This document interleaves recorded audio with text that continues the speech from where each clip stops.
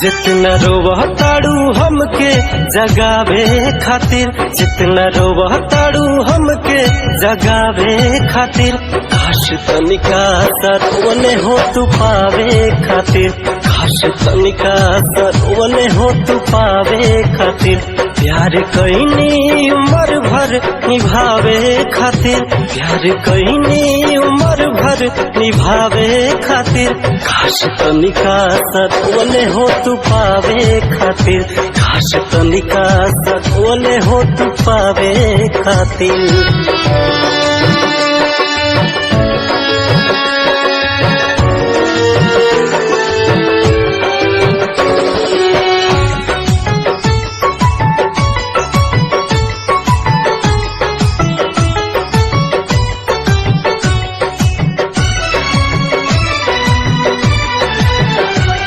से लगोरी हट गईनी हो, हरेल गड़िए के नीचे आके कट गईनी हो।